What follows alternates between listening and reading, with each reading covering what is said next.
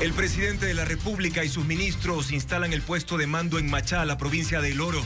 Uno de los primeros objetivos es retomar el control de Puerto Bolívar.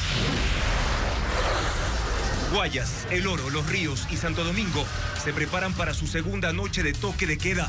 La medida ha obligado a modificar la rutina de las ciudades y crear nuevos horarios de atención. Sobre Aquiles Álvarez pesa una tercera prisión preventiva. Un juez de San Borondón acogió el pedido de fiscalía porque el 10 de febrero, cuando fue detenido en su casa, no portaba el grillete electrónico. Según el registro civil, hay vacíos que impedirían aplicar la orden de la Corte Constitucional para que los adolescentes cambien su género. La Asamblea Nacional revisa la aplicación de esa sentencia. La ANT reprograma los turnos para la renovación y emisión de licencias nuevas. Pese a la intervención por corrupción en ese organismo, no cesan las páginas que nuevamente ofrecen esos servicios. La selección ecuatoriana de fútbol pierde a un jugador titular para los amistosos ante Marruecos y Países Bajos. Televistazo les cuenta de quién se trata. Se cumplió la primera jornada del toque de queda en Guayas, Santo Domingo de los Áchilas, Los Ríos y El Oro. Militares y policías fuertemente equipados ejecutaron controles en barrios y calles de esas provincias. Con esta información comenzamos Televistazo Estelar. Andrea, amigos, buenas noches. Así es, Juan Carlos. Amigos, estos operativos continuarán esta noche a partir de las 23 horas. Hasta el momento se registran más de 250 personas detenidas, principalmente por incumplir con la medida. Tenemos reportes en vivo con nuestros equipos periodísticos, quienes desde ayer recorren las provincias incluidas en el toque de queda. Y ahí los tenemos en pantalla. Estefanía Arias está en Guayaquil, Paul Romero en Santo Domingo y Fabricio Lapo en Machala, en la provincia de El Oro. Están listos para informar detalles sobre el ambiente que se vive en varios puntos. Amigos, los esperamos también por ecuavisa.com y Ecuavisa Play. Bienvenidos.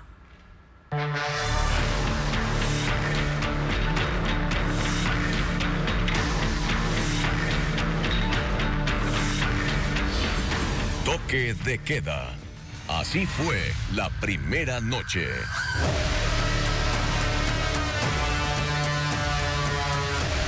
Un amplio despliegue se registró durante el toque de queda en estas 4 provincias en el ámbito de la seguridad. Más de 65.000 policías y militares fueron movilizados para reforzar los controles y garantizar el cumplimiento de las restricciones. Carla Delgado informa que el Comando Sur de los Estados Unidos también participó en estas intervenciones. 65.000 policías y miembros de las Fuerzas Armadas se desplegaron durante el toque de queda en las provincias de Guayas, Los Ríos, Santo Domingo de los Áchilas y El Oro.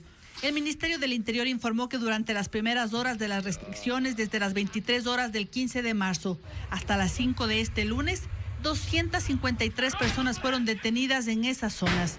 De los detenidos, 3 son objetivos militares y 1 de interés penal. Estos objetivos son de diferentes tipos. Pueden ser caletas de armamento, de droga, pueden ser lugares que son centros de mando de los grupos armados organizados, pistas clandestinas, entre los muchos objetivos militares que tenemos para todos estos días de operaciones. Además, se incautaron 11 armas blancas y retuvieron 51 vehículos y motos.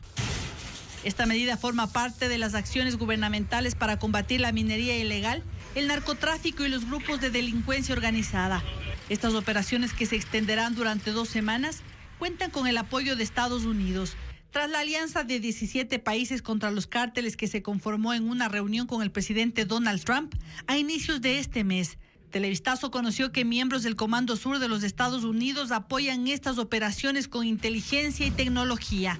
Además de los operativos en estas 4 provincias, el Ejército también realiza operaciones preventivas en ciudades como Quito.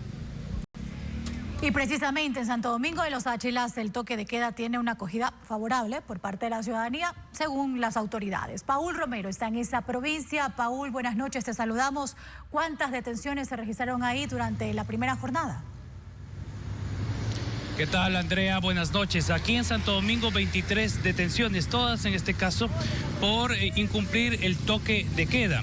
Las operaciones de control empezaron a las 11 de la noche del bloque de seguridad, esto es, con integrantes de las Fuerzas Armadas y de la policía. Hubo un convoy con varias patrullas y lógicamente pues en ese movimiento permitió detener a algunas personas que incumplieron con la restricción de movilidad que exige el toque de queda decretado para las 4 provincias, específicamente en Santo Domingo de los Áchilas. Y a esta hora me encuentro en la arteria principal, la vía que conecta Santo Domingo con Pichincha. Esta es fundamental porque por aquí pasan todos los vehículos de carga pesada, de transporte, vehículos livianos, y que a propósito el movimiento se intensificó a partir de las 3 de la tarde. Resta ya poco menos de 4 horas para el toque de queda y aquí al menos en Santo Domingo el bloque de seguridad sale a patrullar y en este caso las personas que infrinjan el toque de queda son detenidas y es un número considerable, al menos en las primeras 6 horas de restricción de movilidad. De hecho, Paul, sabemos que son más de 250 las personas detenidas hasta ahora en el toque de queda. ¿En cuál de las 4 provincias se produjo el mayor número de detenciones? Según información oficial del Ministerio del Interior y del Ministerio de Defensa, es la provincia de Guayas con 112. Allí la mayor cantidad de personas detenidas. Pero para conocer más detalles de la operación de control de seguridad les presentamos un informe de nuestro compañero Luis Alfredo Zúñiga. Lo que más hubo en Guayas durante el primer toque de queda fueron personas detenidas. 112 de las 253 en las 4 provincias se aprendieron en Guayas, casi todos por infringir la restricción de movilidad, solo 3 por portar armas o droga. El contingente policial partió desde el cuartel Modelo de Guayaquil y los videos difundidos por los ministerios del Interior y de Defensa dan cuenta de operativos en distintos sectores de la ciudad, en conjunto con los militares. Estas operaciones fueron vigiladas desde el puesto de mando unificado en Guayaquil. Los ministros del Interior, John Reinberg, y de Defensa, Giancarlo Lofredo, aseguraron que hubo un despliegue de 65.000 militares y policías en las 4 provincias. Con presencia coordinada en tierra, aire y mar, control de rutas estratégicas, intervenciones focalizadas y recuperación progresiva de espacios tomados por las mafias. Durán fue el punto de las mayores intervenciones militares. En el sector El Arbolito, allanaron una casa usada como centro de vigilancia clandestino. Se hallaron cámaras, equipos de comunicación y transmisión, repetidores, además de armas blancas y municiones. Según el Ministerio de Defensa, se usaba el sitio para controlar los accesos al sector y el domicilio pertenecía a alias Bob Marley, cabecilla de la facción Chone Killer Bob Marley, y que está recluido en la cárcel del Encuentro. Además, en el sector Fincas Delia se identificó y destruyó un domicilio usado para retener a víctimas de secuestro y extorsión. Se informó también que en el cantón Santa Lucía se detuvo a Brian Macías, cabecilla del grupo de delincuencia organizada Los Tiguerones, por no cumplir la medida sustitutiva de presentación periódica en Fiscalía. Otros operativos se dieron en cantones como El Empalme, Naranjal y El Triunfo. En estos 2 últimos se allanaron domicilios en los que se hallaron armas de varios calibres, municiones, ropa de tipo militar y hubo detenidos. Paul, algo importante corroborar después de las declaraciones que han dado por parte del Ministerio, ¿el toque de queda rige hasta cuándo? Según la información del bloque de seguridad y el decreto ejecutivo, hasta el 31 de este mes son 15 días de operaciones y de restricción de movilidad. Solamente se permite a partir de las 11 de la noche hasta las 5 de la mañana al bloque de seguridad, militares, policías, a las personas de la red de salud pública y complementaria de la red de salud privada y desde luego también organismos de socorro. Eso se ha establecido ya dentro del decreto, se está cumpliendo, pero sin embargo el ministro del Interior, John Reinberg, dijo que eventualmente podrían ampliarse, en este caso, los días de restricción de movilidad y toque de queda. Depende de los resultados. Y estamos esperando, por supuesto, también las operaciones de alto impacto que tanto las autoridades del bloque de seguridad del gobierno ha dicho se van a ejecutar en el transcurso de estos días. Gracias, Paul. Estamos atentos a lo que ocurra en Santo Domingo, una de las 4 provincias incluidas en este toque de queda. Más adelante tendremos un nuevo contacto para tener más información hasta el momento. Vamos desde Santo Domingo ahora a Machala, donde el presidente Daniel Noboa lideró una reunión del mando unificado tras las primeras horas del toque de queda que dejó 20 detenidos solo en la provincia de El Oro. Fabricio Lapo informa que las autoridades evaluaron los resultados del operativo y las acciones para enfrentar al crimen organizado, con especial atención en el control de Puerto Bolívar. Fabricio, buenas noches. Queremos conocer más detalles de esta reunión y las decisiones que se tomaron. Adelante.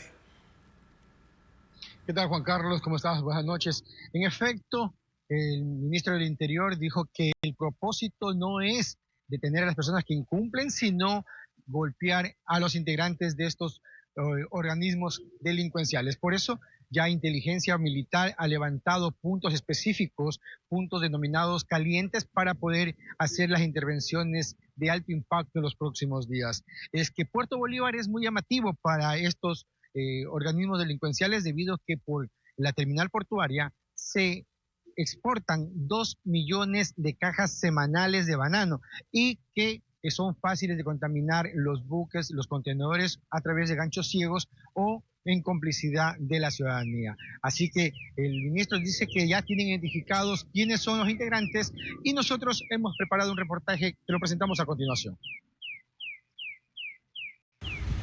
Bajo estrictas medidas de seguridad y con total hermetismo se desarrolló la primera reunión del mando unificado en las instalaciones del ECU 911 en Machala. Durante 1 hora y 40 minutos, el presidente Daniel Noboa, junto a los ministros de Defensa y del Interior y el alto mando militar y policial, evaluaron los resultados de las primeras 6 horas del toque de queda y analizaron la aplicación de nuevas estrategias de seguridad. En esta provincia, la primera jornada dejó 20 detenidos, entre ellos una menor de edad aislada. Según las autoridades, el objetivo no es solo capturar a quienes incumplan la disposición, sino golpear directamente a las estructuras del crimen organizado que operan en el país. Visitar las diferentes provincias, porque hay operaciones que las estamos entregando de forma diaria en base a los objetivos que tenemos trazados para destruir a las estructuras criminales. De acuerdo con el ministro del Interior, una de las prioridades es recuperar el control de Puerto Bolívar en Machala, una zona disputada por las facciones de los grupos armados, los Lobos Espejo y los Sao Box, que buscan imponer su dominio territorial. La terminal portuaria está ubicada a menos de 2 kilómetros de los barrios 4 de abril y 5 de diciembre, sectores donde, según la policía, se ocultan y operan integrantes de organizaciones delictivas. Por esta terminal portuaria, en 2025, operaron 385 buques. De esas cifras, 151 movilizaron cerca del 30% de la producción de banano de exportación del Ecuador. Durante su intervención, el ministro del Interior, John Reinberg, cuestionó las acciones por parte del municipio local. Bueno, yo no le diría que está en poder solamente de 2 grupos delictivos, también está en poder de un alcalde que no está haciendo lo necesario por Machala, que no está haciendo lo necesario en Puerto Bolívar.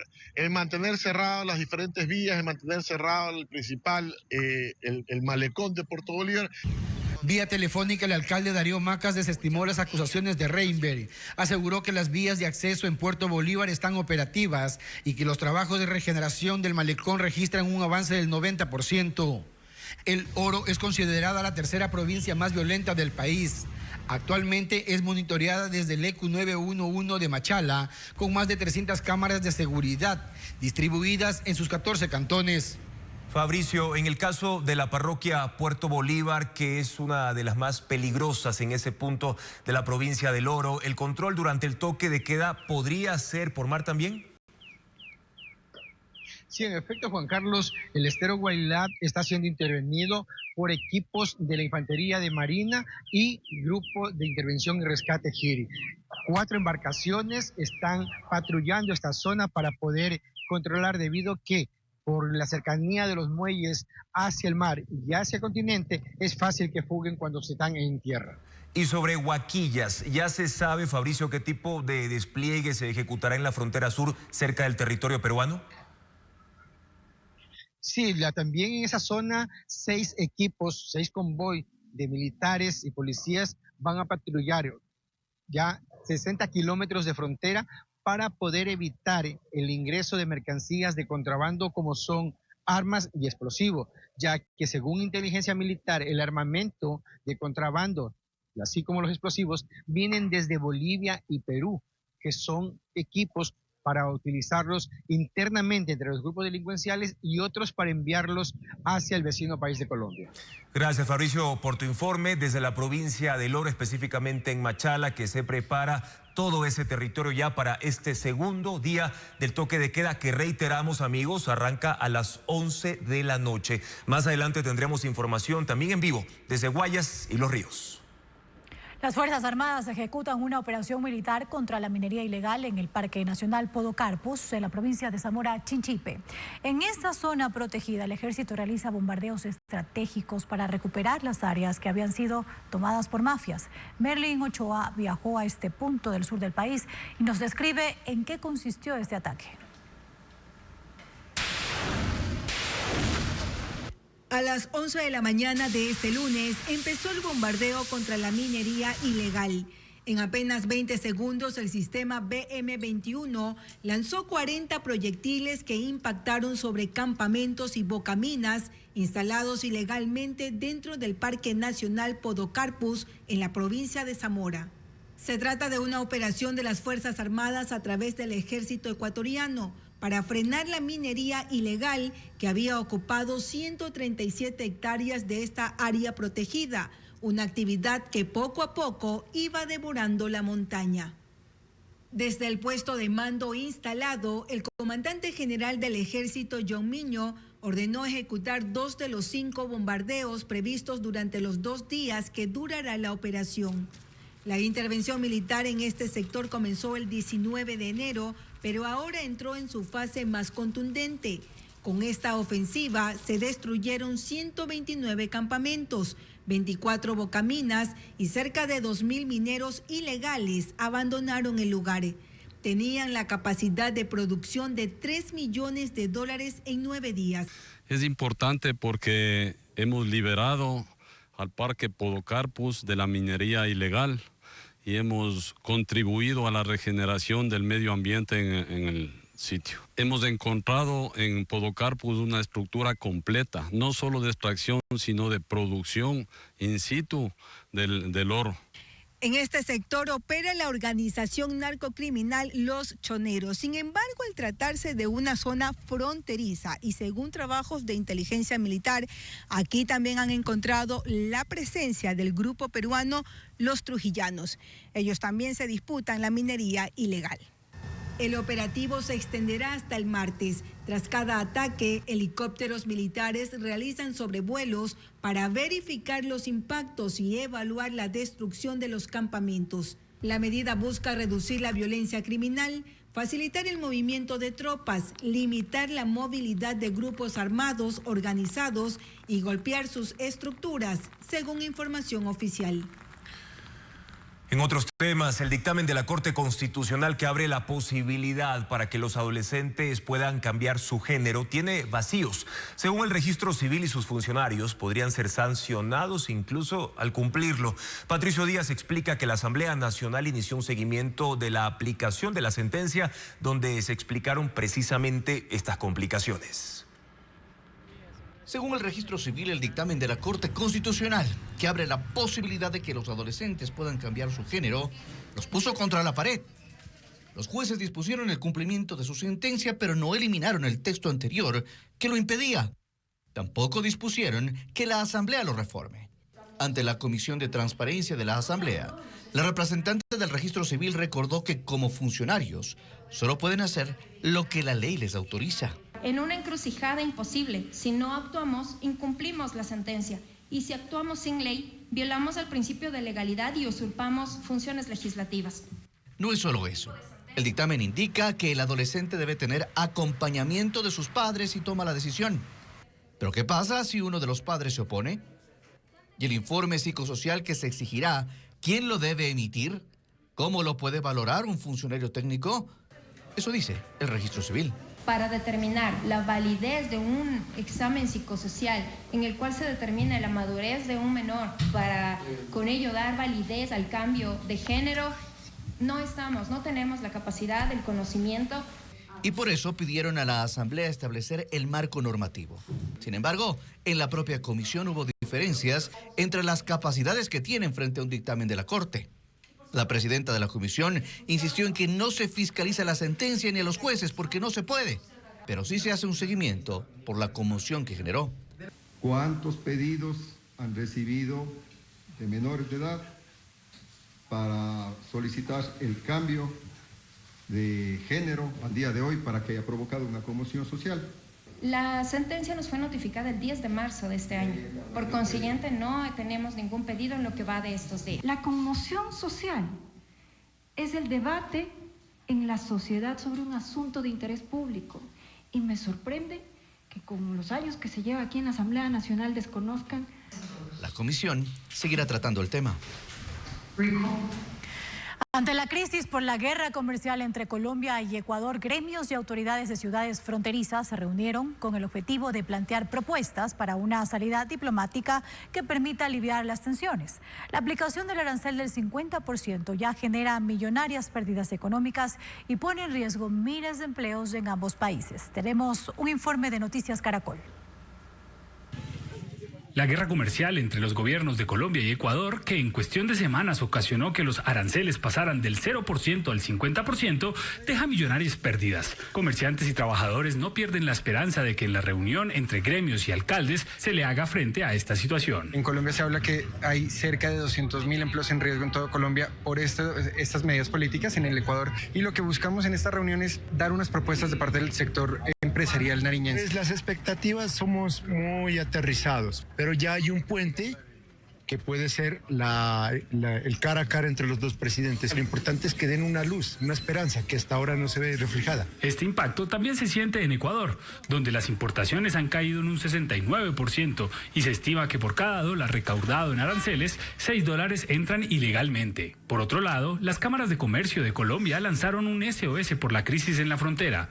Advirtieron que las restricciones al comercio están afectando gravemente la economía regional. Más de 181.000 empresas en las regiones fronterizas piden acciones urgentes para reactivar la economía. Aunque en Colombia no se ha oficializado el arancel del 50% a productos ecuatorianos, gremios de ambos países advierten que de mantenerse esta medida, cerca de 300.000 empleos estarían en riesgo.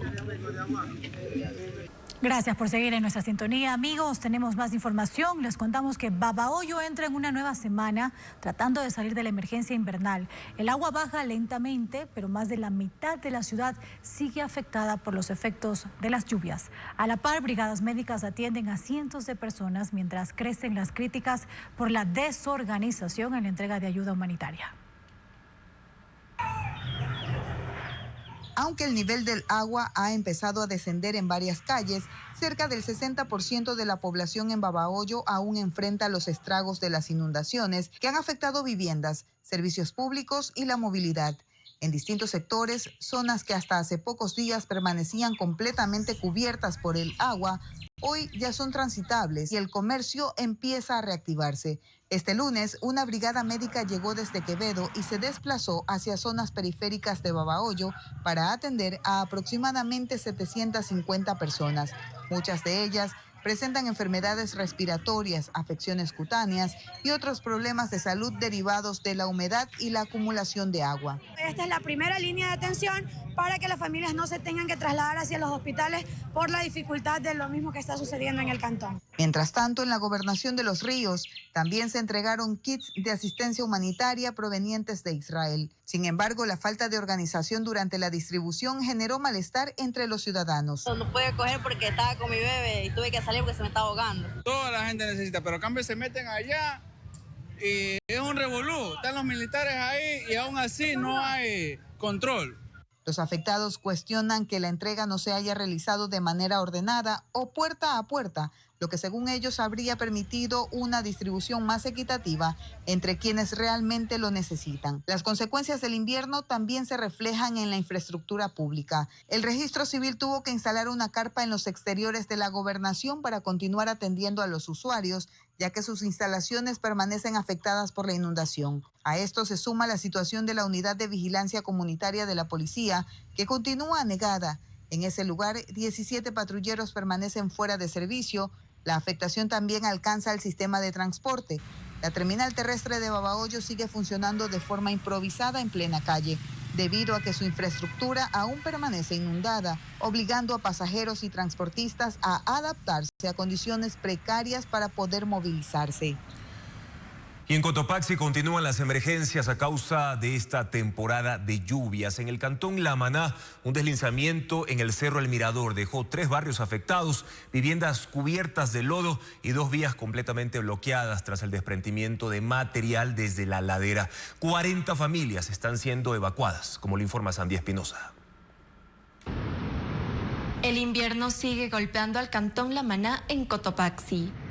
En el Cerro El Mirador, en el centro de la ciudad, un deslizamiento encendió las alertas entre las familias que habitan en sus faldas. Grandes bloques de tierra y vegetación se dieron tras las lluvias de los últimos días y dejaron grietas visibles en algunos tramos. Pese a la magnitud, el derrumbe no dejó heridos ni fallecidos, pero sí terminó afectando a 3 barrios cercanos, donde los moradores tuvieron que retirar el lodo que ingresó a sus viviendas. La emergencia también complicó la movilidad en el sector. 2 vías quedaron cubiertas de lodo, piedras y material arrastrado desde la ladera, lo que dificultó el tránsito en esta zona. Mucho lodo. También trae lo que es árboles.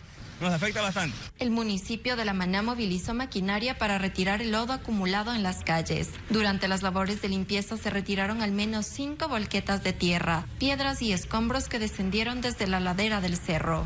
Las evaluaciones preliminares advierten que un nuevo deslizamiento podría poner en riesgo a 10 barrios aledaños. En esta zona también se encuentra la unidad de vigilancia comunitaria de la Policía Nacional, que por el momento continuará operando en el lugar. Se prevé evacuar a 40 familias. Esta semana llegarán técnicos a evaluar la magnitud de la zona de vulnerabilidad. Mientras tanto, en el cantón se atienden también otros 7 frentes con emergencias por inundaciones y deslizamientos. Teo, hablando también de los deportes, ocurren lamentablemente situaciones negativas como la que voy a contar a continuación. Uno de los vehículos que competían en el Rally Nacional en Ambato terminó volcado luego de que el piloto perdió el control en una curva. El accidente empaña esta competencia en una ciudad que hace menos de un año presenció un siniestro similar que dejó víctimas mortales y heridos. Diana León con la crónica. El Rally Nacional, con sede en Ambato, provincia de Tungurahua, volvió a ser escenario de un accidente automovilístico de gran magnitud, cuando uno de los carros en competencia perdió pista y terminó volcándose y estrellándose contra un camión en los exteriores de una vivienda. Vecinos del lugar que presenciaron el choque se apresuraron a auxiliar a los pilotos, que terminaron de cabeza en el vehículo. Ambos salieron ilesos. Los accidentados fueron los pilotos Pedro Guerrero y José Troya, quienes reaparecieron luego de pie y sin heridas en un video en redes sociales para tranquilidad de sus seguidores. Porque fue en una recta de 50 metros en que el carro se desvió sin mucha explicación. Gracias a Dios estamos a 100% íntegros. Primera vez de nuestro equipo que tenemos un accidente de esta magnitud y hay que afrontarlo con bastante humildad. Además de este accidente, se registraron otros 5 durante el recorrido del rally, sin víctimas mortales. En julio del año pasado, Ambato vivió un accidente mortal en el rally Vuelta a Ecuador, que dejó 2 fallecidos y 6 heridos. Cambiamos de tema para contarles que una madre exige que 2 policías sean sentenciados por la muerte de su hijo ocurrida hace 10 años. Ella denuncia una ejecución extraoficial, mientras los acusados alegan haber cumplido con su deber policial. Diego Puente nos cuenta que la audiencia de juicio iniciará este martes. Esta madre busca justicia por la muerte de su hijo a manos de policías durante una persecución hace 10 años. El caso se remonta a la madrugada del 24 de septiembre del 2016. Se observa en el video que un patrullero con la baliza encendida se aproxima en persecución a una moto con 2 ocupantes. Se escucha una detonación y el piloto, Pablo Aguilar, muere al instante. Ella dice que al inicio el caso fue tratado como un accidente de tránsito y fue su mano la que descubrió la bala en la cabeza de su hijo. Tiene preguntas del accionar policial. Lo dispararon y lo dejaron botado a mi hijo. Eso es lo peor, la indignación que tengo, que ellos no llaman a la ambulancia. Nancy Espinosa regresó de España en 2012 con su hijo. Él se graduó del colegio y a sus 19 años estudiaba inglés. Cuenta que la moto que conducía fue un regalo de su papá y que él salió esa noche a una discoteca. En este caso ya hubo una sentencia por extralimitación del uso de la fuerza. El oficial que disparó tuvo una sentencia reducida de 6 años de prisión y se absolvió al conductor, pero fue anulada por la Corte Provincial. ¿Cuál es la aspiración de la defensa de los procesados? Justamente llegar a la impunidad a través de la prescripción de la acción. En el parte consta que esa moto participó de un intento de robo en una calle aledaña, lo que originó la persecución. De hecho, hay una sentencia contra el copiloto que estuvo en la cárcel del Inca y que tuvo que pagar $100 a los afectados. Determinan que se estaban robando unos señores en motocicleta, otras motocicletas. Y estos señores fueron capturados junto con el copiloto de la moto del fallecido. Este 17 de marzo se retomará la audiencia de juicio. El abogado del conductor del patrullero dice que se trata de un delito culposo y que el oficial disparó porque creía que el copiloto llevaba un arma. Existía peligro de la vida de los dos policías. Estaban en una persecución, ¿ya? Y el tiro no es directo. O sea, eso hay que tener en cuenta. Teníamos que tener en cuenta también el clima, había lluvia y eso hace que la bala cambie su rumbo. En el lugar del crimen no se encontraron armas, tampoco rastros de pólvora en las manos del fallecido. La madre espera que la nueva audiencia se instale para dar por terminado un capítulo doloroso que le quitó a su único hijo.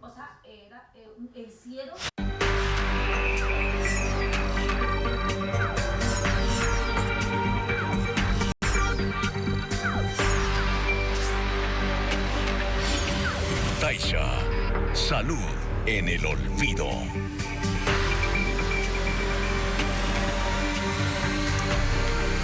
En Taisha, el problema de salud pública también nace en los ríos, específicamente en la parroquia Huasaga. 3 afluentes presentan niveles de hierro que superan hasta en casi 40% los límites permitidos para el consumo humano. En esa zona no hay agua potable ni alcantarillado, ni siquiera baterías sanitarias y al menos 115 niños han sido diagnosticados con parasitosis. Más detalles de este panorama con Joana Duche.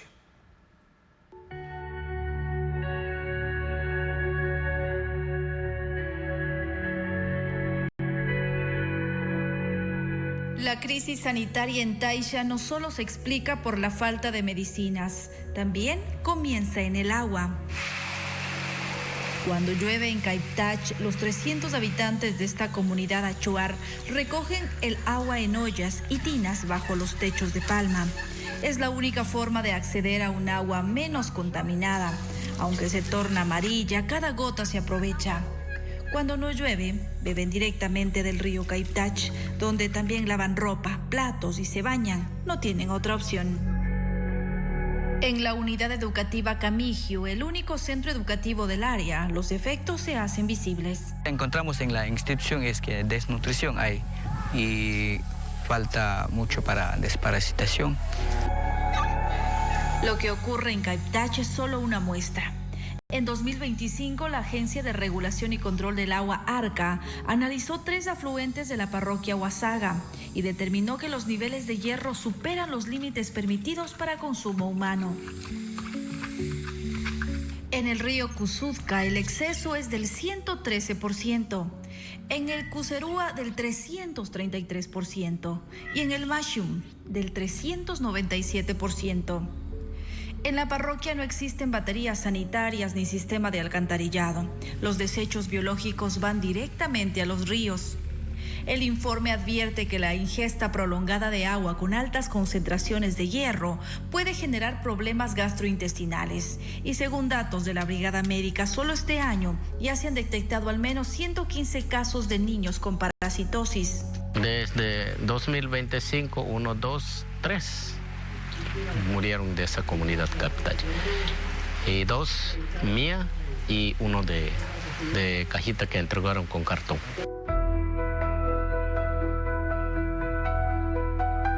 ARCA estableció responsabilidades al municipio para implementar un sistema de potabilización. El Cabildo asegura que instala 5 sistemas de agua potable con energía solar en 5 de las 53 comunidades de Taisha. Ninguna está en Huasaga. Televistazo solicitó entrevista con el alcalde Hugo Molina, pero hasta el cierre de esta edición no hubo respuesta. Y precisamente el Ministerio de Salud Pública informó mediante un comunicado que se desplegaron brigadas médicas en el Cantón Taisha tras la declaratoria de alerta sanitaria por el incremento de cuadros respiratorios en comunidades de difícil acceso. Además, precisó que ya se concretó la entrega de medicamentos y se mantiene la vigilancia epidemiológica. Sin embargo, el documento no mencionó los daños en algunos puntos de salud ni los planes para su reparación. El diagnóstico de la crisis sanitaria y las posibles soluciones se analizaron en el programa Políticamente Correcto de Ecuavisa con la vicepresidenta de la República, que justamente está encargada del área de salud. Diego Puente preparó un informe, veamos. La vicepresidenta María José Pinto, que también está a cargo del Ministerio de Salud desde hace 4 meses, participó del programa Políticamente Correcto de Ecuavisa para responder inquietudes de la crisis del sistema sanitario público. La funcionaria presentó un diagnóstico de 3 elementos que ya se conocían y que han profundizado la crisis desde hace 5 años. No existe un catastro nacional para conocer cuántas camillas hay, cuántas sillas, instrumental, qué equipos faltan, cuáles han sido los mantenimientos de casas de salud y todos los requerimientos. El segundo punto es que en Ecuador no está fortalecido el sistema primario de salud y por eso colapsan los hospitales. Y finalmente, no hay un sistema informático para administrar el número de profesionales médicos, pacientes y citas. Eso se está haciendo un llamado internacional por medio de la Cancillería.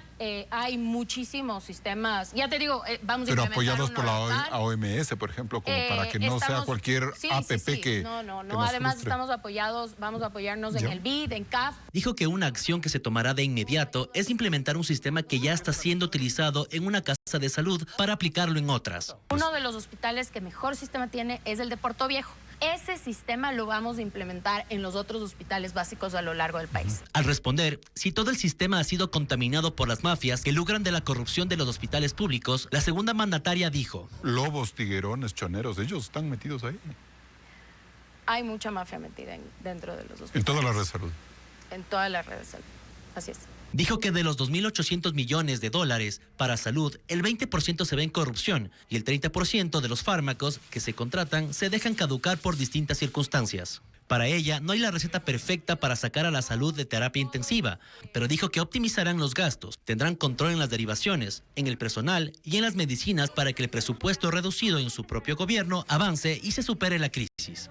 También dio una nueva fecha para llegar al 80% de abastecimiento de medicinas. Ya no será este mes, como se prometió, sino en agosto. Aseguró que ella estará frenteando este problema hasta que el presidente lo indique. La tarde de hoy se ordenó una tercera prisión preventiva en contra de Aquiles Álvarez. Un juez de San Borondón acogió el pedido de la Fiscalía, que aseguró que en el allanamiento del 10 de febrero en la casa del alcalde de Guayaquil, él no portaba el grillete electrónico. Adriana Bermeo con el informe. Aquiles Álvarez enfrenta una nueva orden judicial. La tarde de este lunes, un juez de la Unidad Penal de San Borondón acogió el pedido de la Fiscalía y dispuso su tercera orden de prisión preventiva. Desde hoy inicia la instrucción fiscal por el delito de incumplimiento de la medida cautelar que le obligaba a aportar un grillete electrónico por el caso AAA. La acusación se basa, según la Fiscalía, en que el pasado 10 de febrero, cuando se realizó un allanamiento policial en la casa del alcalde, él no portaba ese dispositivo de vigilancia y se lo habría colocado en presencia de los uniformados. Hace una semana, desde la cárcel del Encuentro en Santa Elena, Aquiles Álvarez argumentó que se retiraba el dispositivo para recargarlo, que la señal necesaria para el funcionamiento del grillete no llegaba hasta su vivienda y que eso explicaría el porqué de tantas alertas de desconexión del dispositivo. El incumplimiento de decisiones legítimas de autoridad competente tiene una pena de prisión de 1 a 3 años. Las otras 2 prisiones preventivas que enfrenta Aquiles Álvarez son por el caso AAA, en el que se investigan presuntas irregularidades en la comercialización de combustibles subsidiados, y por el caso Goleada, por el delito de delincuencia organizada vinculada a lavado de activos y defraudación.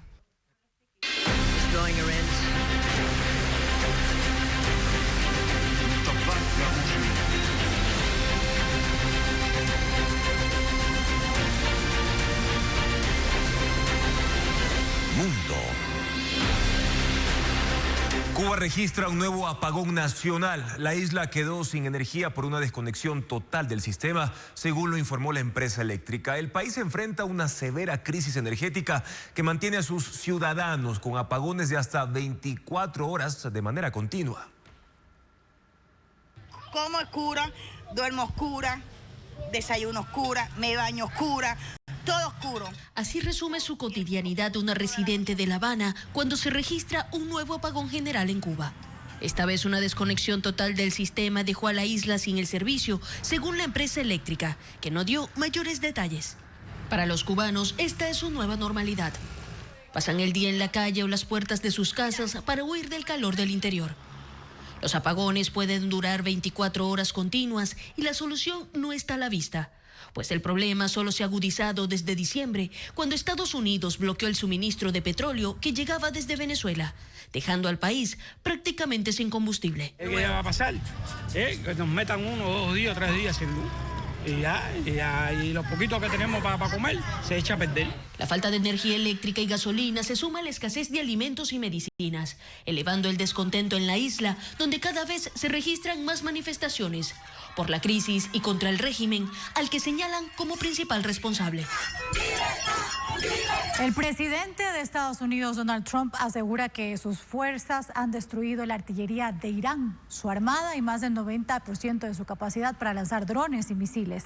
Trump sostiene que la guerra acabará muy pronto. Sin embargo, este lunes se reportaron nuevos ataques iraníes en Emiratos Árabes Unidos, Irak e Israel, que impactaron en puntos estratégicos. Merlis González con las imágenes. Irán lanzó una nueva ola de misiles y drones contra sus países vecinos. En Dubái, los blancos fueron una infraestructura petrolera, el puerto y el aeropuerto internacional. Los ataques mantienen suspendidas las operaciones de la terminal aérea por donde circulan la mayor cantidad de pasajeros del mundo. Sin embargo, no se reportaron víctimas. En Irak, un hotel de Bagdad también fue atacado por las fuerzas iraníes. Un dron impactó en uno de los pisos superiores que alberga delegaciones internacionales. Pero un segundo ataque fue repelido por la defensa estadounidense. En Israel se reportó además el impacto de un misil en Tel Aviv y los restos de otro cayeron en Jerusalén. La ola de ataques contrasta con las más recientes declaraciones del presidente estadounidense Donald Trump. Hemos aniquilado literalmente la artillería de la Fuerza Aérea. La Armada ha desaparecido. Muchísimos barcos han sido hundidos. Hemos logrado reducir el 90% de su capacidad de lanzar misiles y el 95% de los ataques con drones, dijo. Trump aseguró una vez más que la guerra terminará muy pronto. Pero el ministro de Relaciones Exteriores iraní, en una entrevista con CBS, dijo que permanecían fuertes ante la agresión, que no han pedido alto al fuego, ni siquiera una negociación, porque están listos para defenderse el tiempo que sea necesario. Y en este mismo tema, el presidente de Estados Unidos, Donald Trump, advirtió que la OTAN se enfrenta a un futuro muy malo si los países aliados a esa organización no prestan su ayuda para permitir el paso de buques por el estrecho de Hormuz cerrado por Irán. Y mientras el precio del barril alcanza los $106, el mandatario exige que las naciones que dependen en gran medida del petróleo del Golfo envíen ya a sus fuerzas navales para proteger esa ruta marítima. El bloqueo del estrecho de Hormuz se ha convertido en el punto más crítico de la guerra entre Irán, Estados Unidos e Israel. Hoy el precio del barril de crudo alcanzó los $106 y la presión recae sobre el presidente Donald Trump para contener el aumento. Trump aseguró que su administración está conversando con 7 países para ayudar a asegurar esta vía marítima estratégica. Exijo que estos países intervengan y protejan su territorio, porque es su propio territorio. También señaló a la OTAN que depende en gran medida del presupuesto y la capacidad militar estadounidense. Dijo que si los países miembros no ayudan, esto será muy malo para el futuro del organismo. El portavoz del gobierno alemán, Stefan Cornelius, respondió que esta guerra no tiene nada que ver con la OTAN.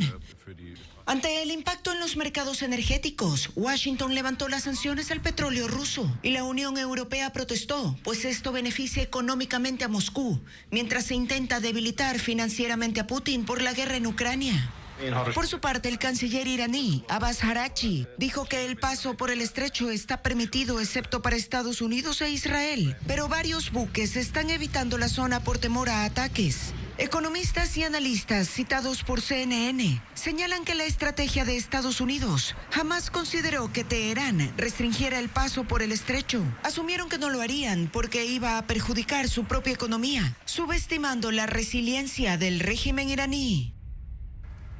Luto en Perú. El candidato presidencial peruano Napoleón Becerra, quien era uno de los 36 aspirantes a la jefatura de Estado en los comicios generales previstos en abril, falleció en un accidente de tránsito cuando se dirigía a cumplir una actividad proselitista en el sur del país. Becerra, de 67 años, lideraba el Partido Izquierdista de los Trabajadores y Emprendedores. Sufrió el accidente en una autopista viajando a la ciudad de Ayacucho en un vehículo particular. Volvemos ahora a los temas locales para contarles que la refinería de Esmeraldas reinicia de manera progresiva el proceso de refinación de crudo. Por su parte, el estatal Petroecuador garantiza la provisión de asfalto a los municipios. Pero, ¿desde cuándo todas las unidades de esa planta van a operar con normalidad? Hernán Higuera tiene la respuesta. Con estas imágenes y un comunicado, Petroecuador afirma que ha cumplido el cronograma fijado hasta hoy y que la refinería de Esmeraldas retoma operaciones de manera progresiva después del tercer incendio. Sin que nadie explique el proceso técnico, se asegura que la recuperación y reactivación del centro refinador se ha hecho en una primera fase en las unidades Crudo 2 y Vacío 2, que cuenta con una capacidad de 55,000 barriles por día y que con esto se solventará la demanda de asfalto en todo el país. Según Petroecuador, la reactivación de estas unidades permitirá además retomar la producción de Jet A1, con una producción estimada de 3,000 barriles por día, aportando al abastecimiento de los aeropuertos de la zona norte del país. Las unidades Crudo 1 y Vacío 1 ingresarán a mantenimiento como parte del cronograma técnico. Se asegura que a partir de mayo todas las unidades de la refinería operarán con normalidad. Finalmente se afirma que el abastecimiento de combustibles está garantizado.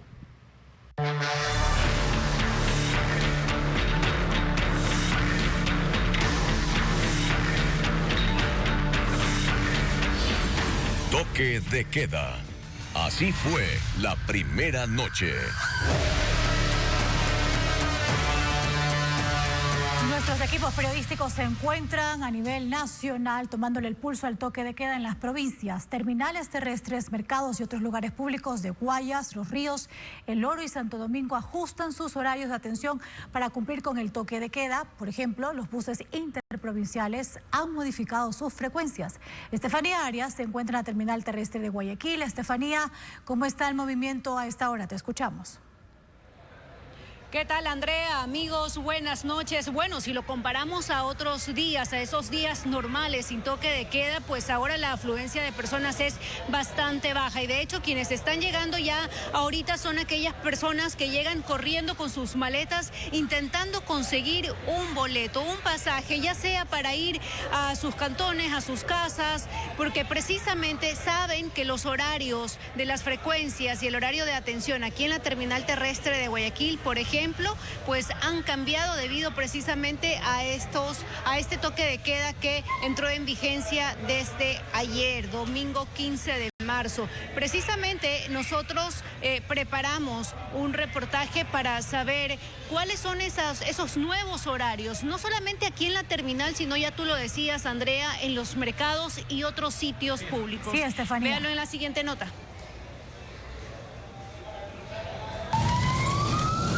El toque de queda entró en vigencia y desde entonces el ritmo de las 4 provincias que están bajo esta medida cambió por completo.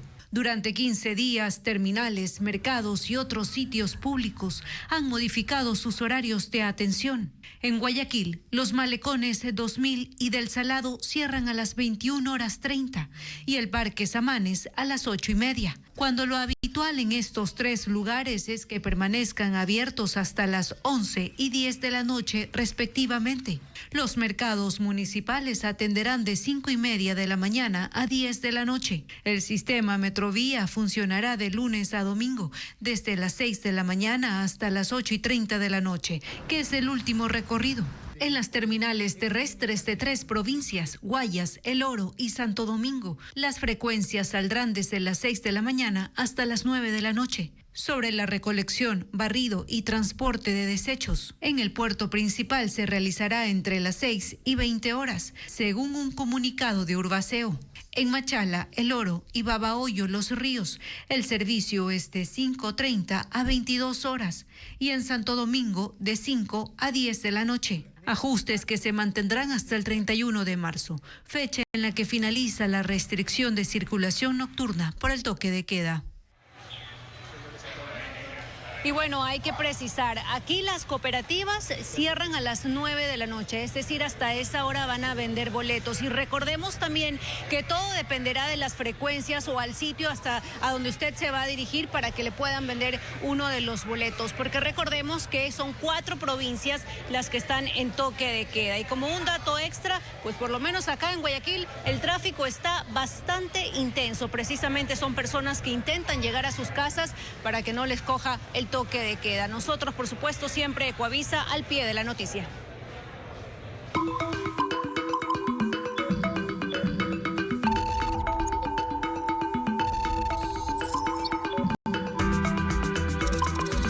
El radar digital.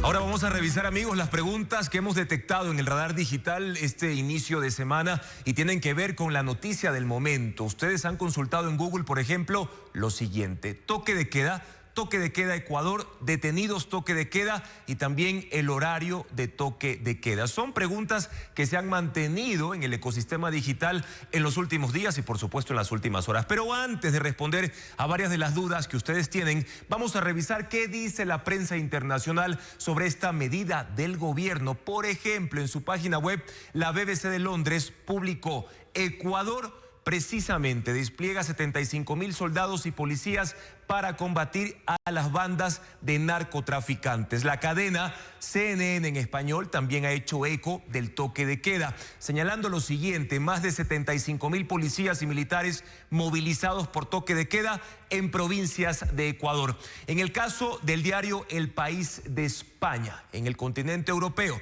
señala lo siguiente: Noboa decreta 2 semanas de toque de queda en 4 provincias de Ecuador. Pero esta noticia también ha llegado, amigos, hasta el Medio Oriente, donde el canal de televisión catarí Al Jazeera publicó en su página web: Ecuador se prepara para atacar la economía criminal con el respaldo de Trump, refiriéndose al presidente de los Estados Unidos. Pero en el ecosistema digital de la red social X, otros medios internacionales publicaron sobre esta medida del gobierno. La cadena televisiva CBS tituló una publicación de la siguiente manera: Ecuador inició 2 semanas de operaciones contra narcotraficantes con el apoyo de Estados Unidos, la más reciente demostración conjunta de fuerza contra los cárteles de la droga en el país sudamericano. Por su parte, el medio estatal alemán DW, la Deutsche Welle en español, publicó que Ecuador vuelve al encierro nocturno ante la violencia criminal, y similar fue el titular que lo tienen también en pantalla de France 24, la cadena de televisión francesa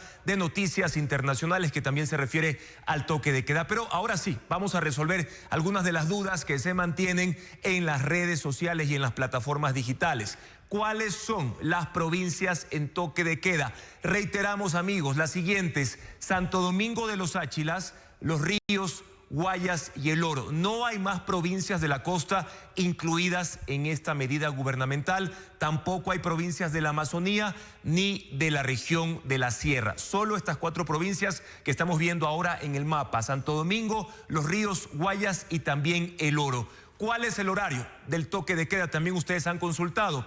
Arranca, reiteramos, a las 11 de la noche, a las 23 horas hasta las 5 de la mañana. Dura en total 6 horas el toque de queda, así lo señala el decreto, de hecho, que fue publicado el viernes de la semana pasada. Y en ese mismo documento se precisa que esta medida por ahora se aplica desde el 15 de marzo, es decir, desde anoche, la noche del domingo 15 de marzo, y va a continuar hasta el martes 31 de marzo, incluso el ministro Reinberg lo ha ratificado. ¿Cuáles son los resultados del toque de queda? Esta pregunta se ha repetido muchísimo en el transcurso de hoy porque las personas quieren saber qué ha sucedido justamente con el primer día o la primera noche del toque de queda. Hay más de 250 personas detenidas, 109 de ese grupo, 109 solo en la zona 8, es decir, en los cantones Guayaquil, Durán y San Borondón de la provincia del Guayas. Pero en ese grupo de detenciones también constan 2 personas por tenencia de droga y una por portar arma de fuego. Y algo muy importante también que ustedes consultan en el ecosistema digital. ¿Quién puede circular durante el toque de queda? Mucha atención, por favor. El personal de salud, por supuesto, quienes se dirijan a todos los hospitales públicos y privados de esas 4 provincias. También, obviamente, la fuerza pública de seguridad, del orden público, militares y policías. Además, esto es muy importante en el caso de la provincia de Los Ríos, donde algunos cantones están inundados, han sido severamente afectados por la época lluviosa. Personal de gestión de riesgos, pero también personal de los servicios de emergencia. Y en el caso de los viajeros, también es importante reiterar esta información, deben presentar el ticket o pasaje en mano o digital, de manera física o también digitalmente a través de un correo electrónico, tanto quienes vayan a viajar por vía aérea o por vía terrestre. Pero ¿cuáles son las sanciones por infringir el toque de queda? De 1 a 3 años de cárcel. Esto es lo que han dicho las autoridades y es lo que además establece el Código Orgánico Integral Penal. Y ahora nos vamos hasta una de las provincias inmersas en el toque de queda. Por eso nos vamos a enlazar con Odette Camacho. Ella está en el centro de Babahoyo para informarnos cómo se desarrolla la jornada a pocas horas ya de que arranque esta medida en ese territorio de la costa ecuatoriana. Odette, cuéntanos cuál es el panorama en ese punto y cómo está haciendo la ciudadanía para organizarse. Adelante. Juan Carlos y amigos televidentes, buenas noches. Cuando son las 8:08 de la noche, nosotros estamos en la avenida 10 de agosto, acá en el centro de la ciudad, y les vamos a mostrar cómo está circulando el tránsito a esta hora. Recordemos que la ciudad estaba totalmente inundada y había muy poca circulación en días anteriores. Con la disminución del agua, las personas han empezado a salir. Los comercios están funcionando y se van a mantener abiertos hasta las 10 de la noche. Es lo que nos han indicado los comerciantes, que estarán operando y prestando servicios hasta las 10 de la noche. Una vez que llegue ese momento, cerrarán sus puertas y se trasladarán hacia sus domicilios para evitar así ser sancionados durante el toque de queda. Mencionar también que durante el primer día del toque de queda, el servicio de ECU 911 reportó que hubo llamadas de alerta sobre todo de sectores rurales que indicaban que habían personas libando y con música a alto volumen también y respetando el toque de queda. Además de la solicitud de personas que pedían ambulancias para trasladar a familiares a casas de salud. Esto es lo que ha ocurrido durante estas horas en la provincia de Los Ríos, en lo que corresponde al toque de queda. Odette, tomando en cuenta que la provincia de Los Ríos es una de las más afectadas por esta época invernal, ¿cómo están haciendo, por ejemplo, los equipos de rescate, de gestión de riesgos? Ya la mencionaba precisamente en lo que detectamos en el radar. La gente, al menos en Los Ríos específicamente, tiene muchas dudas de cómo van a ser estos operativos de rescate o de gestión de riesgos en las zonas que son afectadas por las inundaciones durante el toque de queda. Por parte de las Fuerzas Armadas se ha indicado que quienes necesiten ser evacuados o quieran buscar un albergue pueden llamar al número de emergencias 911 y así solicitar la presencia del cuerpo de bomberos para que les trasladen hacia un lugar seguro. Nosotros hemos preparado un informe acerca de la situación que se vive en la provincia de Los Ríos respecto a la etapa invernal. En Babahoyo, los comercios cerraron antes de las 11 para no faltar al toque de queda. Se pierde mucho, la verdad. Y no solamente para un solo negocio. Como puede ver, ya toda la calle está prácticamente muerta porque no hay nadie por aquí.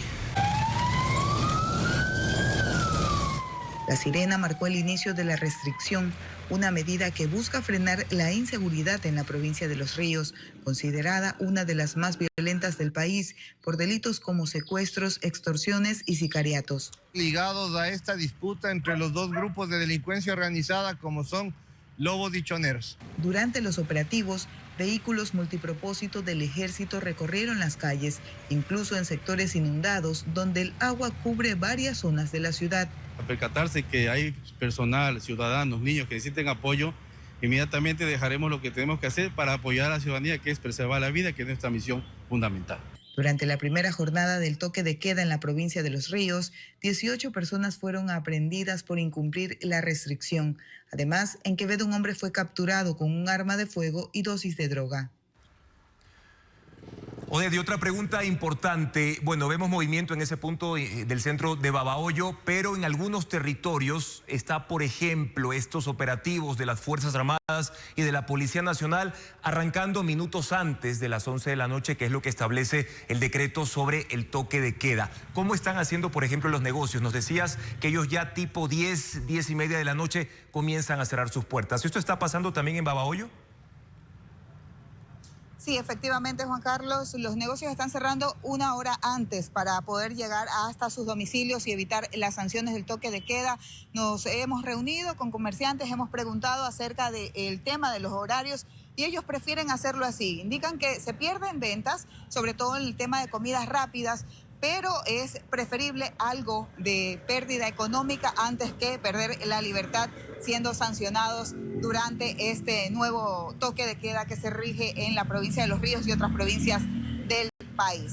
Esta es la situación y es la información que nosotros compartimos con ustedes a esta hora de la noche. Los ciudadanos están aprovechando entonces el poco tiempo que queda para degustar de los alimentos en la merienda. Información completa y oportuna. Gracias a nuestra corresponsal en la provincia de Los Ríos, Oded Camacho, por estos detalles previo a que ahí a las 11 de la noche comience el toque de queda. Andrea, pero seguimos con el recorrido por distintos puntos. Así es, Juan Carlos, cuando falta poco menos de 3 horas ya para que inicie el toque de queda, nos vamos a Santo Domingo de los Áchilas. Ahí la actividad comercial comenzó desde muy temprano. Desde las 5 de la mañana los locales abrieron sus puertas y se registró un gran movimiento en las calles y en la terminal terrestre. Paul Romero está en el sitio. Paul, ¿cómo está impactando el toque de queda en la jornada comercial? Sobre todo porque es una provincia que se mueve bastante en el comercio.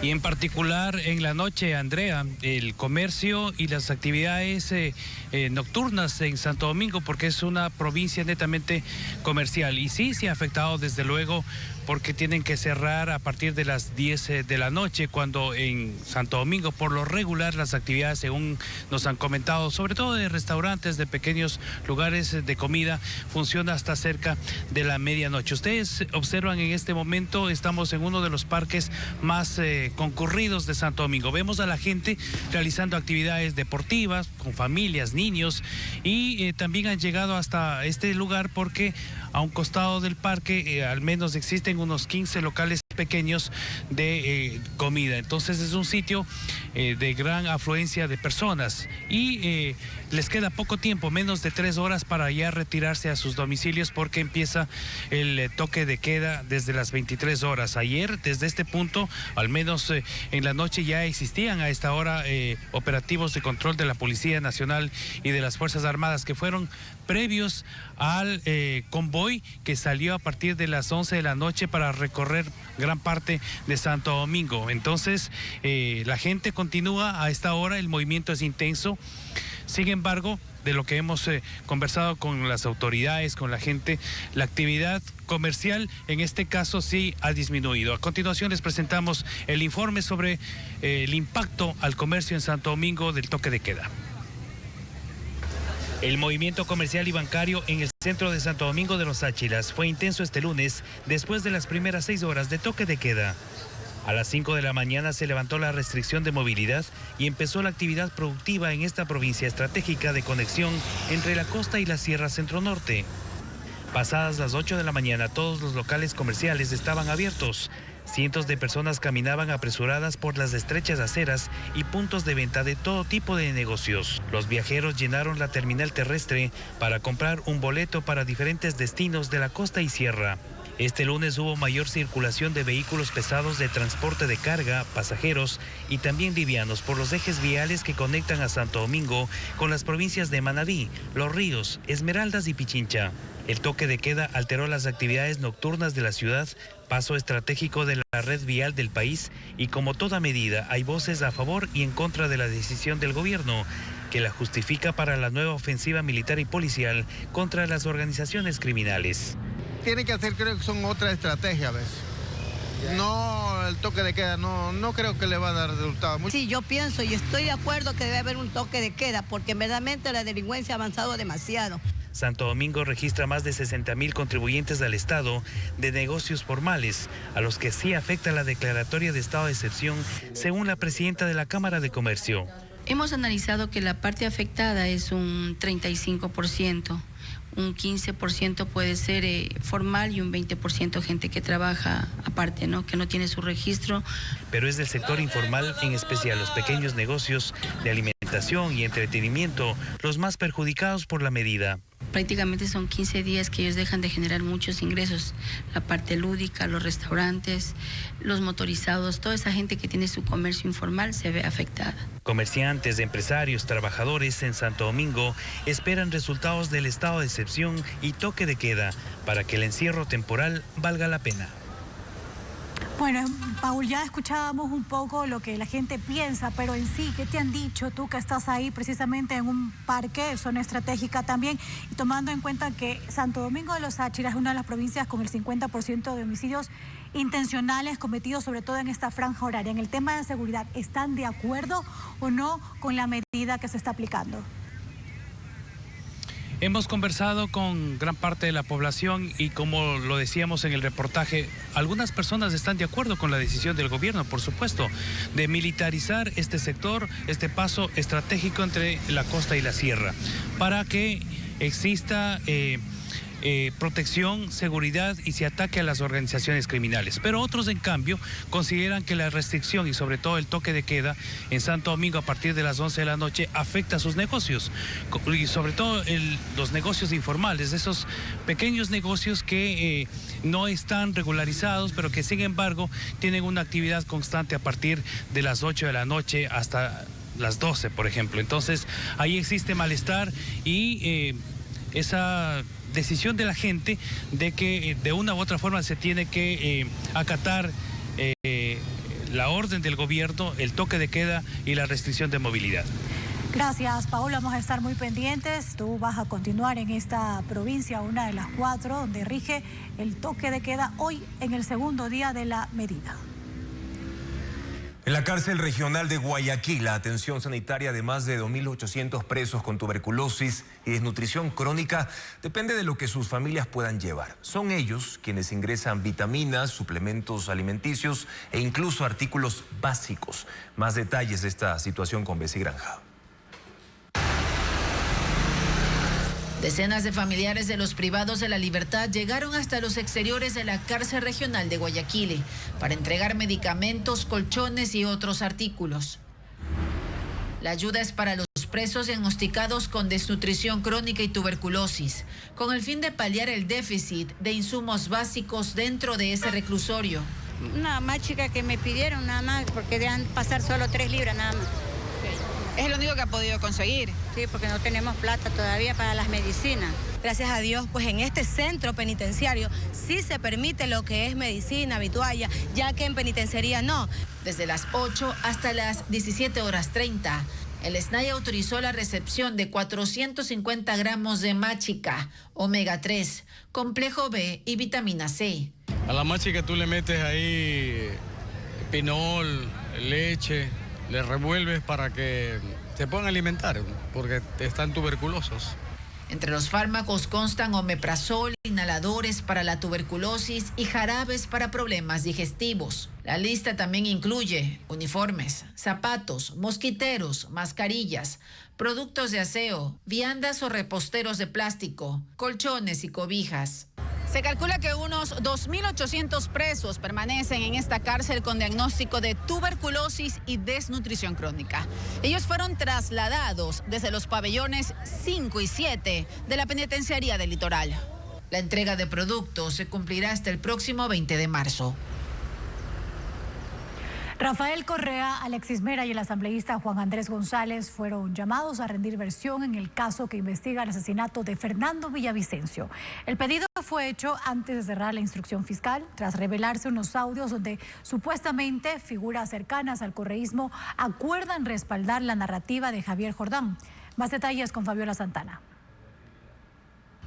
La instrucción fiscal del caso para dar con los autores intelectuales del asesinato de Fernando Villavicencio concluyó el jueves, pero antes del cierre la Fiscalía pidió las versiones de Rafael Correa, su ex secretario jurídico Alexis Mera y el asambleísta correísta Juan Andrés González. Deberán comparecer este martes y miércoles. El pedido se cursó después de que se escucharon audios extraídos del teléfono del ex policía Rodney Rengel, procesado junto a la ex comandante Tania Varela y un coronel por difusión de información reservada. En uno de ellos, según la hija de Fernando Villavicencio, Amanda, se escucha a las figuras correístas acordar el apoyo a la narrativa del prófugo Javier Jordán, es decir, que el caso magnicidio FB fue armado por la Fiscalía. Siempre lo hemos sabido, ¿no? Pero ya escucharle también de la propia boca del líder de esta agrupación criminal, pues pone las cosas un poco en su sitio. El ex policía y un capitán de apoyo a la Fiscalía también fueron convocados a rendir su versión. En otro audio, según Villavicencio, se escucha a María Paula Christiansen, pareja de José Serrano, y Javier Jordán, donde según ella se evidencia la compra de testigos. Son extraídos de una grabadora de voz que los mismos abogados de Serrano entregaron. Ha sido feísimo escuchar, claro, como María Paula Christiansen le dice Javi le dice a Javier Jordán, cuando usted me preguntaba cómo se ve que hay una relación, porque están en la misma mesa y le dice Javi. En el mismo audio se habla de una carta que supuestamente ofreció la viuda de Villavicencio, Verónica Zarauz, apoyando la tesis de que el caso es armado. La señora Zarauz, en lo personal, a mí no me ha comentado absolutamente nada respecto de la entrega de una carta, por lo tanto no podría esgrimir mayor criterio al respecto. Los detalles de estas pericias fueron publicados en el portal Periodismo de Investigación de las hijas del candidato asesinado y el informe está por incorporarse al expediente. El movimiento Reto enfrenta una división interna que, según un grupo de militantes, viene arrastrando desde que se concretó una alianza con el correísmo en la Asamblea Nacional. Esas diferencias se agravaron este sábado cuando ratificaron a Raúl Chávez como presidente nacional de esa agrupación política. Diego Cuenca describe la crisis de Reto.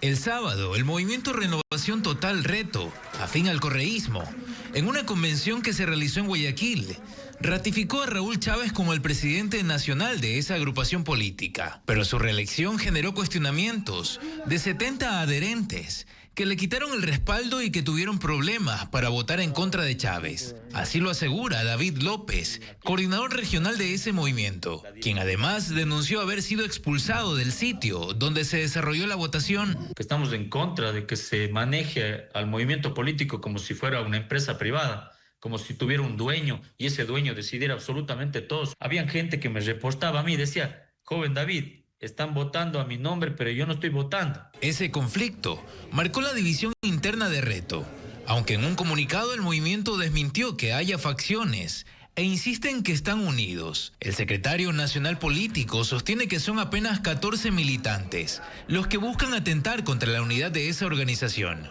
Fíjense que cometieron una ilegalidad muy grave.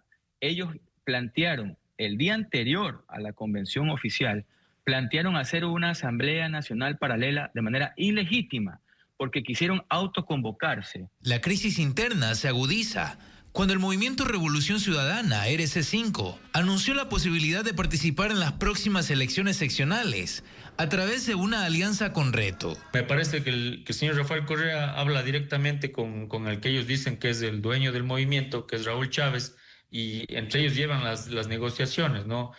Como ya la RC me parece que tiene una suspensión que no le permitiría participar en las seccionales, le utilizan al movimiento Reto como su segunda opción. El movimiento Reto asegura que aún no hay un pedido formal para recibir a los candidatos de la RC5 en Reto, pero están dispuestos a concretar esa alianza.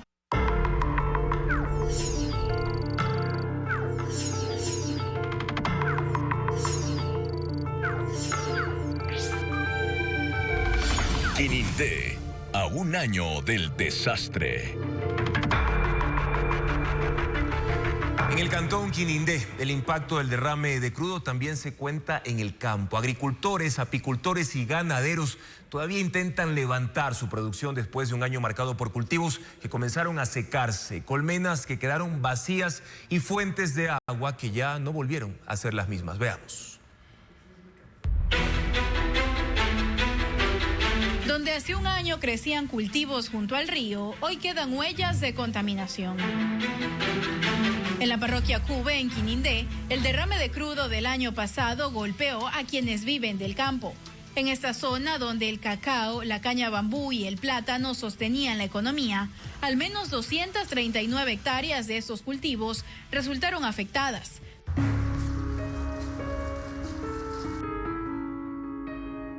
Según la Secretaría de Gestión de Riesgos, los 40 productores que tenían sus fincas cerca de la ribera fueron los primeros en sentir el impacto.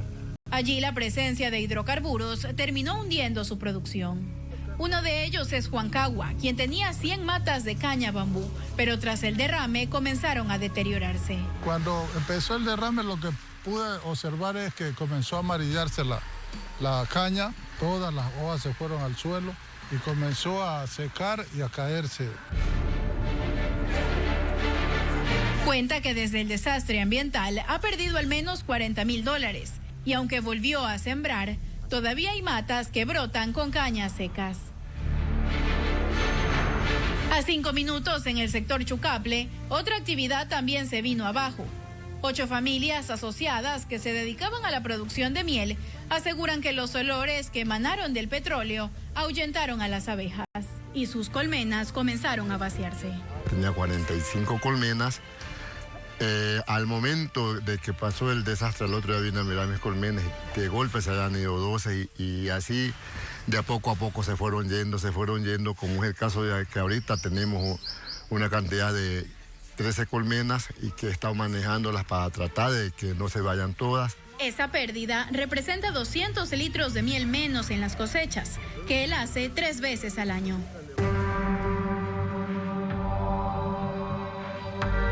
El impacto también llegó a la ganadería.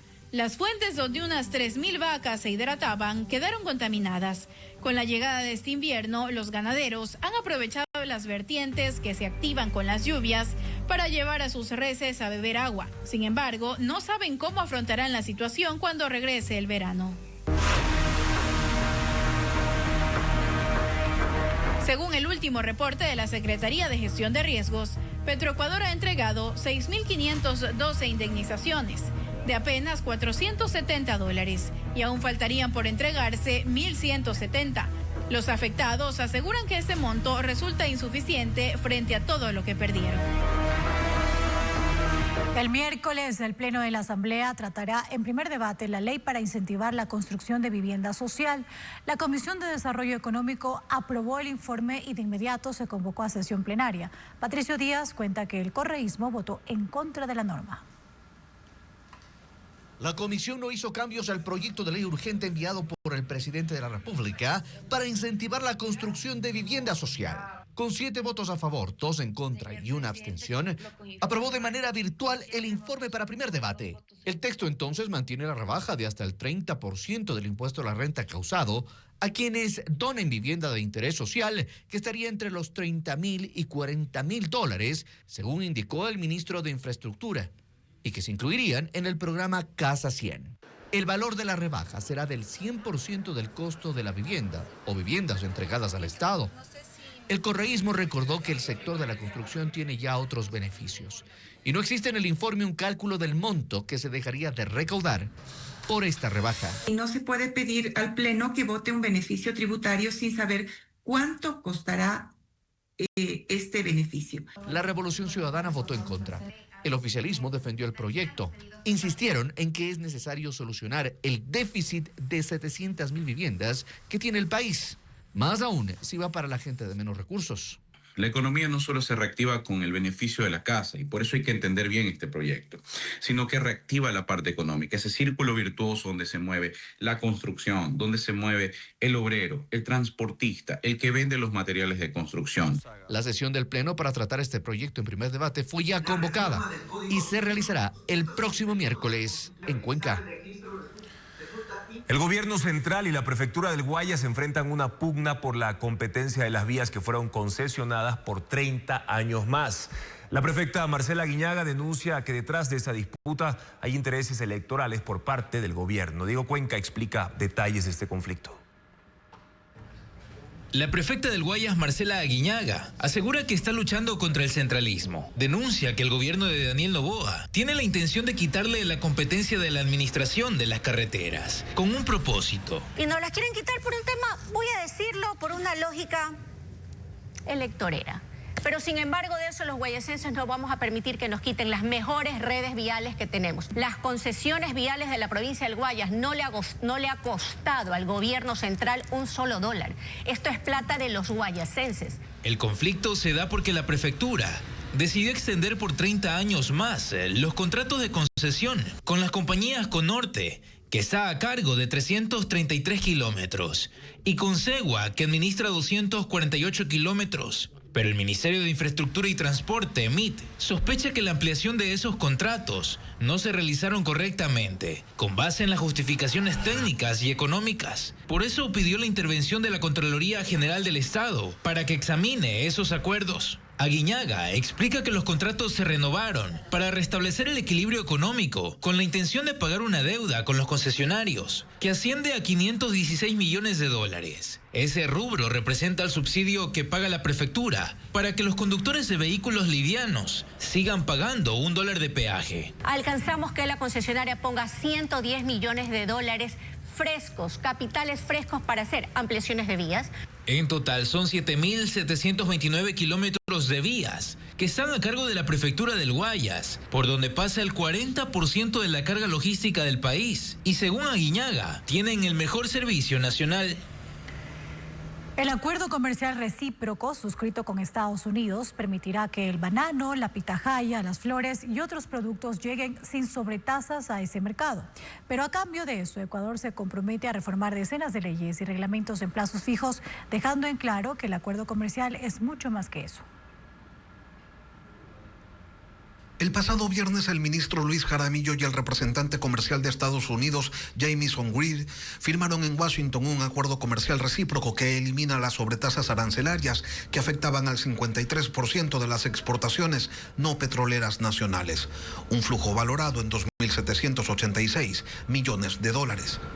Esa es una concesión que Estados Unidos hace a cambio de una mayor apertura para sus productos agrícolas, medicinas, vehículos, servicios digitales, entre otros.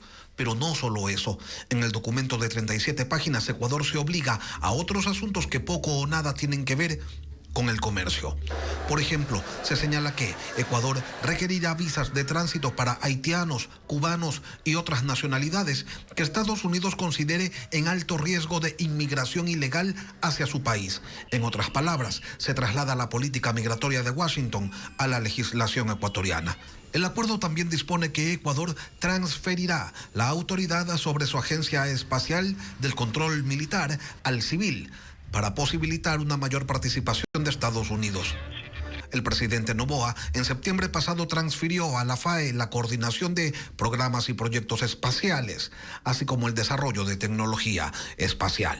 Ecuador además se compromete a reconocer a Estados Unidos como país que provee adecuada protección de datos antes del 31 de diciembre de este año, y a facilitar la transferencia de datos personales de ecuatorianos hacia territorio estadounidense.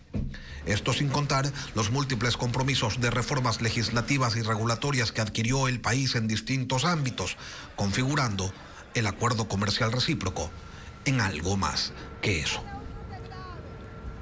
22 empresas de Taiwán fueron parte de la tercera ronda de negocios de ese país en Ecuador. Las compañías ofrecieron autopartes, alimentos, bebidas, tecnología y otros productos. Adriana Bermeo informa que 300 empresas locales participaron como compradoras. Mesas de reuniones, catálogos, muestras y empresarios de Ecuador y Taiwán sentados frente a frente para comprar y vender productos. Así se desarrolló este lunes la Rueda de Negocios Taiwán 2026. 22 empresas de la isla asiática llegaron a Quito para ofrecer autopartes, alimentos y bebidas, electrónica, maquinaria, ferretería y belleza. Asistieron alrededor de 200 empresas ecuatorianas interesadas que protagonizaron 300 rondas de negociación. Entre los productos que causaron interés están los alimentos veganos y los tés de burbujas. 100% hecho de hongos, no tiene ningún químicos y esos sabores se come como carne de vaca. Lo que es rico no es saludable o lo que es saludable no es rico, pero sin embargo nuestras bebidas son ricas y saludables. En la industria farmacéutica, cosméticos para la salud de la piel. Los cosméticos son muy buenos y entran muy bien en el mercado con precios bastante competitivos también. El comercio bilateral con Taiwán es equilibrado. En 2025 las exportaciones a este país sumaron $140 millones entre camarones, banano, minerales metálicos y hortalizas. Y las importaciones fueron de $143 millones entre maquinaria, plásticos, material eléctrico y vehículos. Somos un socio complementario. Muchos de los componentes que ellos los tienen los necesitamos porque no se fabrican en el Ecuador. Y nosotros le damos valor agregado ecuatoriano a esos productos. Está previsto que en junio al menos 20 empresas ecuatorianas viajen a Taiwán para ofrecer sus productos, entre ellas negocios pequeños y medianos. Un tribunal de la Corte Nacional de Justicia negó el recurso de apelación a su extradición presentado por el narcotraficante serbio Jezdimir Serdán. Él solicitaba que se lo envíe directamente a Austria y no después de cumplir sus penas en Ecuador. Su abogado, Diego Chimbo, alegó que no había podido conversar con el serbio sobre los alcances de la extradición antes de la primera audiencia y que el viernes le permitieron contactarse con su defendido, que está en la cárcel del Encuentro. Con esto, Serdán será enviado a Austria luego de cumplir sus condenas en Ecuador. Seguimos informando, amigos. Estamos en vivo también por ecuavisa.com y nuestra app Ecuavisa Play. Atención con este tema porque la Agencia Nacional de Tránsito continúa reaperturando trámites. El agendamiento de turnos para licencias ya se encuentra habilitado y se obtienen en línea. Mientras en las redes sociales vuelven a aparecer páginas que ofrecen servicios al margen de la ley, incluso utilizando el logo de la ANT. Lo informa Carla Delgado. El agendamiento de turnos para licencias de conducir vuelve a estar habilitado luego de más de un mes del allanamiento a la Agencia Nacional de Tránsito. Quienes tenían turnos programados para obtener la licencia deben reagendarlos a través de la página web de la entidad, sin necesidad de realizar un nuevo pago. Este proceso aplica para la obtención por primera vez, renovación y duplicado del documento. Sin embargo, mientras la institución va normalizando de forma progresiva sus servicios, en redes sociales también se han activado páginas que ofrecen trámites de licencias. Licencia eliminada o letras rojas. Buen precio de subida y respaldada. Licencia por primera vez ABCD. Desbloqueos y otros trámites prometiendo gestiones rápidas y sencillas. Claramente fuera de la ley. Por ello, para Guillermo Abad de Justicia Vial, es necesario que las autoridades den de baja las licencias que ya han sido detectadas como obtenidas de forma fraudulenta. ¿Qué es lo que vamos a conseguir? Que todas estas personas que obtuvieron de manera irregular e ilegal las licencias se sientan perjudicados y por ende van a reclamar a quienes les vendieron esas licencias. Y ahí el gobierno va a poder detectar y la justicia va a poder detectar quiénes son los que están en la cadena de compra y venta de licencias. Abad considera que se necesitan sanciones contundentes que permitan un verdadero saneamiento de la entidad rectora del tránsito. Además, señala que la implementación de un cambio de sistema sería necesaria si se busca una transformación real. Sí debería ya la autoridad pensar en un proceso para la adquisición de una nueva plataforma que brinde las garantías necesarias. Por ahora el gobierno no ha dado más detalles sobre la adquisición de un nuevo sistema ni sobre la anulación de las más de 3.000 licencias fraudulentas detectadas tras los allanamientos.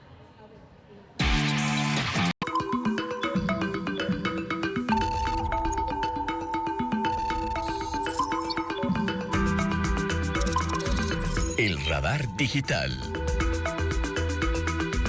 Los algoritmos nos recuerdan que un día como hoy, hace 6 años, se declaró el estado de excepción por la pandemia del COVID-19 en Ecuador. La fecha ha motivado que la gente en redes sociales se pregunte cómo era mi vida antes y por qué me siento tan diferente ahora. Además, se ha vuelto popular el hashtag 2020 versus 2026. Nos hemos acordado que los hospitales colapsaron por la gran cantidad de pacientes, que hubo falta de camas, médicos y equipos sanitarios, o los servicios funerarios no daban abasto. Por eso muchos cuerpos permanecieron en casa o calles durante varios días. El distanciamiento social y las mascarillas se volvieron literal una regla de vida. Las críticas por el estado de salud pública en el país movieron buena parte de la conversación digital desde la tarde del domingo, a propósito de las declaraciones que la vicepresidenta y encargada del Ministerio de Salud, María José Pinto, dio al referirse a la falta de prevención que existe en los pacientes. Seguimos hablando de los hospitales, seguimos hablando de los hospitales, seguimos hablando de los hospitales, pero en realidad lo que estamos y estamos trabajando duro para fortalecer es el primer nivel de atención. Los centros de salud. Los centros de salud. ¿Por qué, Carlos? Porque los ecuatorianos estamos acostumbrados a ir al médico para curarnos y no para prevenir. Nuestro programa Políticamente Correcto entrevistó a la funcionaria y este video en particular, colgado en su cuenta de X, tuvo más de 93,000 visualizaciones. Los comentarios de la gente en general han sido críticos. Los premios Oscar 2026 no solo mostraron lo mejor del cine, también dominaron las tendencias globales en redes sociales con memes y momentos curiosos que generaron más de 104 millones de interacciones en el ámbito digital.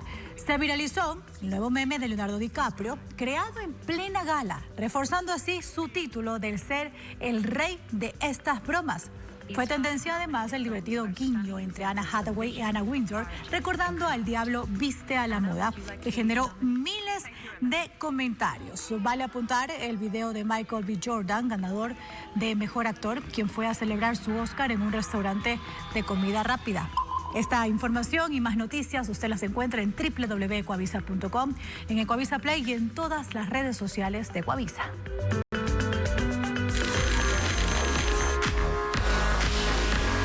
En la alfombra roja es auspiciado por Extreme. Las celebridades deslumbraron con sus mejores looks en la alfombra roja de los Oscar. Actores y actrices lucieron elegantes y llamativos atuendos en uno de los eventos más importantes del cine. Pero, ¿cuáles fueron las tendencias de la noche? Nos lo muestra ahora Ana María Palacios.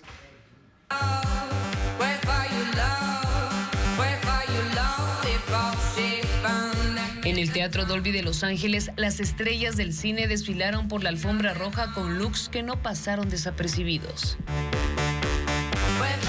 Demi Moore lució un vestido con plumas negras y verde esmeralda.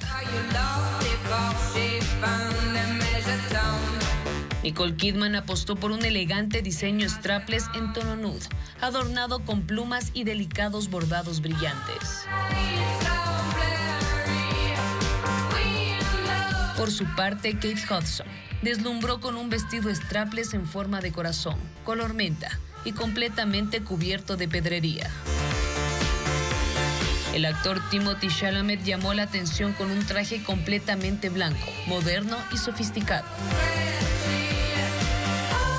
El ganador del Oscar, Michael B. Jordan, lució un traje negro elegante, resaltado por un detalle de doble cadena en el bolsillo.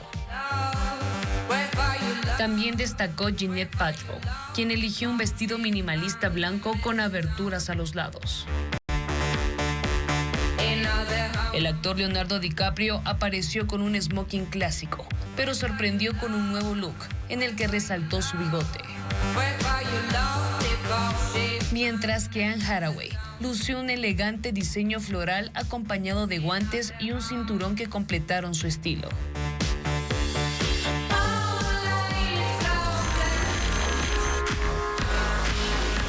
En la alfombra roja fue auspiciado por Extreme. Gracias, amigos, por su confianza y sintonía de siempre. Mañana los invitados a contacto directo son Roberto Luque, el exministro de Infraestructura y Transporte, para analizar la polémica por las concesiones viales en Guayas, los daños por el invierno y la situación de la la Agencia Nacional de Tránsito. Además, Artur Romeu, director para América Latina de Reporteros Sin Fronteras. Él va a hablar de las dificultades para ejercer el periodismo en Ecuador, que pasa por un toque de queda, pero sin cobertura de los medios. Amigos, las noticias a toda hora en ecuavisa.com. Información a profundidad con el sello de Televistazo. Buenas noches.